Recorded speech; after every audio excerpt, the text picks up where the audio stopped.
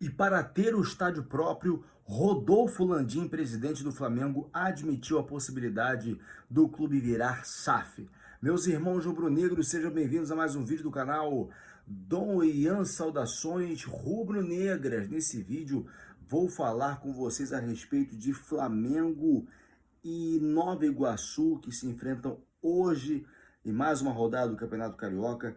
Vou falar também sobre De Arrascaeta, que está mal fisicamente e está fazendo um trabalho especial para poder recondicionar a condição física. Vou falar também sobre Rodinei e Ramon, ex-laterais do Flamengo, que está arrebentando lá no Olympiacos, ô saudade, e também sobre outras informações sobre o nosso clube do coração. Mas antes eu gostaria de pedir a você, irmão rubro-negro, que ainda não segue o canal do Ian Saudações Rubro-Negras, por favor, deixe o seu like no vídeo, siga o nosso canal. Estou gravando esse vídeo hoje aqui diretamente do quarto da minha filha, já madrugada, para não deixar vocês sem conteúdo sobre o Flamengo. Quero agradecer a todos vocês que têm me ajudado a crescer aqui diariamente, ainda que de maneira bastante lenta, mas todos os dias a gente cresce e muito em razão de vocês. Então quero agradecer muito e pedir a continuidade do apoio.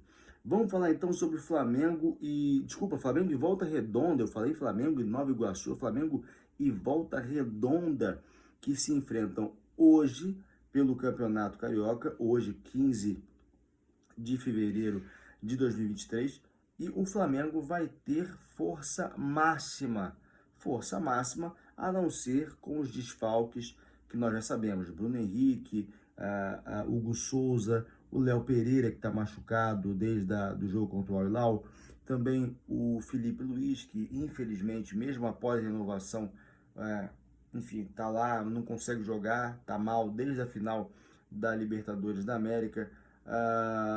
O Davi Luiz também não tá em condições de jogo. Então, com exceção desses jogadores, o Flamengo vai com equipe com força máxima. Nas laterais vai ter Varela e Ayrton Lucas, outra vez.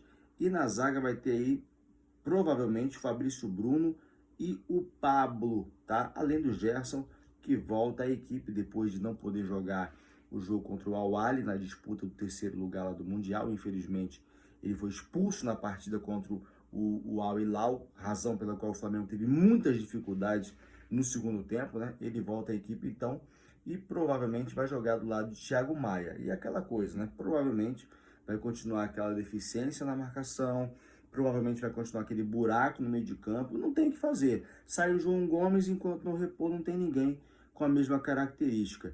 E aí entra a dúvida em relação a Arrascaeta e Everton Ribeiro. Já falei muito aqui sobre a ideia do Vitor Pereira em desconstituir aquele quarteto ofensivo.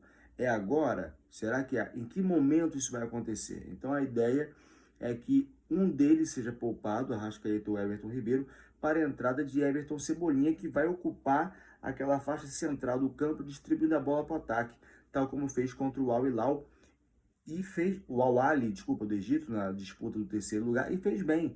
Gostei de ver o Cebolinha atuante naquela área, não isolado na ponta esquerda com a âncora do pé. A âncora no pé que não deixa ele ter velocidade como a que a gente via no Grêmio. Gostei. Para mim, foi o saldo positivo daquela partida contra o time egípcio, ver o Everton Cebolinha numa nova posição, e é provavelmente o que vai acontecer amanhã na partida que acontece no estádio Raulino de Oliveira às 9h10. Então, provável escalação: Santos, Varela, Fabrício Bruno, Pablo, Ayrton Lucas, Thiago Maia, Gerson, Everton Ribeiro, Everton Cebolinha, ou ao invés de Everton Ribeiro, Arrascaeta e Everton Cebolinha, Gabigol e Pedro. Pedro tem sido aí assediado pela Europa, principalmente depois do Mundial que fez. Você acompanha a partida na Band e também na Band Esportes, né? Transmissoras oficiais do Campeonato Carioca. Próximo jogo, depois do Volta Redonda, é contra o Resende, partida em que provavelmente o Flamengo vai com o time misto. Agora, falando sobre o De Arrascaeta, É provável até que o De Arrascaeta não jogue amanhã. Por quê? Ou melhor, hoje, né? Já que eu estou gravando nessa madrugada. Porque ele está tentando recuperar a condição física e fazendo um trabalho de maneira especial, um trabalho isolado. Ele sofreu com uma pubalgia no final do ano passado, vocês lembram? Que ele inclusive teve que jogar no sacrifício a final da Copa do Brasil, final da Libertadores da América, teve que se recuperar às pressas e até a pedido da seleção do Uruguai. Ele não jogou as últimas partidas válidas pelo Campeonato Brasileiro, justamente para que chegasse em condições de jogo na Copa do Mundo.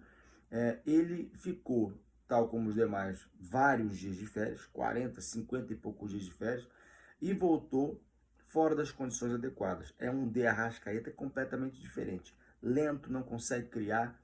Ele até estava bem na partida contra o Al Hilal, melhor pelo menos do que as partidas anteriores, mas teve que ser sacado. Foi escolha do Vitor Pereira, querendo ou não, ele estava com um jogador a menos e acabou tirando o uruguaio. Então, a situação física dele, embora esteja atrapalhando, não é vista como preocupação pelo departamento de futebol, né?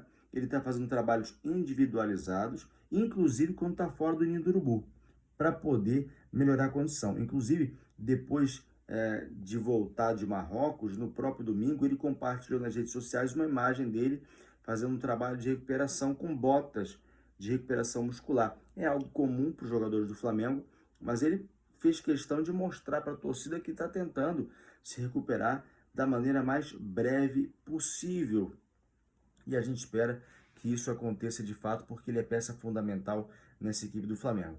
Ele participou de 6 dos 7 jogos do Flamengo sob o comando de Vitor Pereira. Apenas uma vez ele saiu do banco para entrar em campo, foi contra o Nova Iguaçu pelo Campeonato Carioca. Então a gente espera recuperá-lo, principalmente já tendo em vista o primeiro jogo da final da Recopa Sul-Americana, que acontece na próxima terça-feira, né? O Flamengo joga dia 21 e 28 de fevereiro e a gente precisa conquistar esse título para poder recuperar a confiança. A gente não pode ver a Recopa Sul-Americana como uma coisa qualquer, principalmente depois de perder a Supercopa do Brasil e perder o Mundial da forma como a gente perdeu, tá? Sem sequer chegar à final. Então, tomara aí que o Arrascaeta volte logo. Agora, falando sobre um tema que sempre está na mente dos torcedores do Flamengo e, claro, também na mente daqueles que torcem contra o Flamengo. Toda vez que eu estou fazendo live, chega alguém, e o estádio? E aí, o estádio? Afinal de contas, é a única forma que eles têm de cutucar o Flamengo, né? Depois de conquistar tanta coisa, depois da boa gestão que tem o Flamengo, clube mais rico do país. Eles só podem falar do Flamengo, ou melhor, do estádio. Quando o Flamengo tiver um estádio, não haverá mais qualquer tipo de argumento para tentar alfinetar o Flamengo. O Flamengo virou sócio de um banco recentemente. Espera-se que a abertura do capital possa trazer dinheiro extra para poder construir o estádio, mas o Rodolfo Landim, hoje, em reunião, em evento promovido pelos conselhos de administração e também Conselho Deliberativo do Flamengo, na sede da Gávea, deu uma declaração importante. Ele falou que há a possibilidade do clube avaliar a transformação em SAF para captar recursos para projetos extraordinários, ou seja, que estão fora ali daquilo que hoje se tem como alcance, como a construção do estádio próprio. Então ele estuda vender, por exemplo, 30% do clube e aí ter dinheiro para poder construir o estádio. Repito, sem corromper a gestão que tem sido efetuada e muito bem efetuada desde Bandeira de Melo, né? Bandeira de Melo começou esse trabalho, o Rodolfo Landim continuou e já teve os frutos, que são os títulos. Então o Flamengo poderia aí abrir a venda de parte do clube para poder ter essa grana para investir no estádio para mais de 100 mil pessoas, que é o que o Flamengo merece. E aí ele falou, inclusive, que as SAFs são uma nova ameaça, né? É uma nova ameaça e é mais gente para o Flamengo competir, né? Já que o Flamengo é o exemplo máximo de gestão e essas SAFs vêm surgindo aí para tentar competir com o Flamengo e tentar igualar ou superar o modelo de gestão que o Flamengo implementou. Botafogo, Bahia, se não me engano, Vasco, todos esses aí estão virando SAF. Claro que o resultado não é do dia para a noite, mas tende a tornar as coisas mais competitivas. Teve encontro de parlamentar, né? O senador Carlos Portinho, do PL do Rio, que foi o relator da lei da SAF, ele que também é advogado especializado em direito esportivo, enfim, a gente precisa aguardar, e os torcedores têm que ter uma mentalidade aberta também em relação à SAF, especialmente se for para realizar um grande sonho que é o de ter o estádio próprio. Já pensou?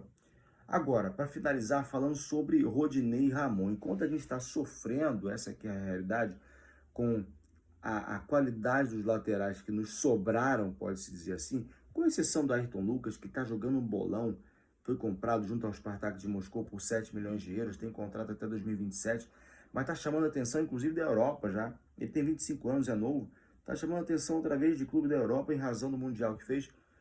Fato é que a gente precisa ter pelo menos mais um lateral esquerdo, porque, como eu falei no começo do vídeo, o Felipe Luiz não está jogando, está sem condições físicas.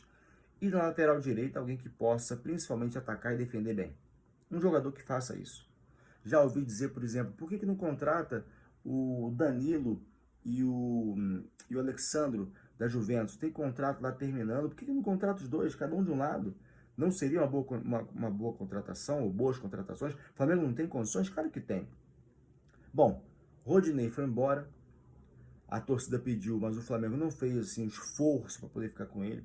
E hoje a gente sente principalmente a falta de opção para cruzamento na lateral direita. Ele que foi titular de 10 partidas, foi titular em 8 desde que chegou no Olympiacos. Inclusive no último jogo que eles ganharam por 6-1 do Panetolikos, o primeiro cruzamento foi dele com a perna esquerda, cortou para dentro, como ele fazia muitas vezes no Flamengo, cruzou para a área, para o gol do atacante Bakambu, né? Ele está jogando um bolão lá, já caiu nas graças da torcida. E o Ramon, que chegou um pouco depois, jogou pela primeira vez 90 minutos, né? Ele tem 4 partidas lá no Olympiacos. E, claro, é um jogador que não era titular do Flamengo, inclusive estava emprestado, mas é um cara que poderia servir como uma boa opção numa eventual necessidade de alteração do Ayrton Lucas, o machucado do Ayrton Lucas. Ele poderia entrar. Enfim, não está no Flamengo, está arrebentando e caindo nas graças da torcida lá no Olympiacos. O Ramon, que foi vendido por 1,5 milhões de euros, cerca de 8,2 milhões de reais. O Flamengo vai ter que contratar principalmente aí lateral, meia, volante, ponta, que é o que o Flamengo mais está dando ênfase hoje, é o ponta, né, para poder atender o esquema do Vitor Pereira. Enfim, inclusive teve uma crítica aí de um jornalista ao Flamengo que foi curtida, crítica ao Flamengo foi curtida pelo João Gomes. Há provavelmente uma insatisfação do João Gomes em alguma questão relacionada ao Flamengo, especialmente agora nessa reta final da negociação dele. Enfim, gente, hoje um vídeo diferente, hoje um vídeo aqui gravado, como eu falei, na madrugada, no sacrifício para trazer conteúdo para vocês. Peço para que deixem o like no vídeo, para que sigam o canal do Ian Saudações Rubro-Negras e, por favor, me ajudem a chegar a mais irmãos rubro-negros. Tem só 45 milhões para a gente atingir. Isso aqui é Flamengo, Saudações Rubro-Negras. Fui.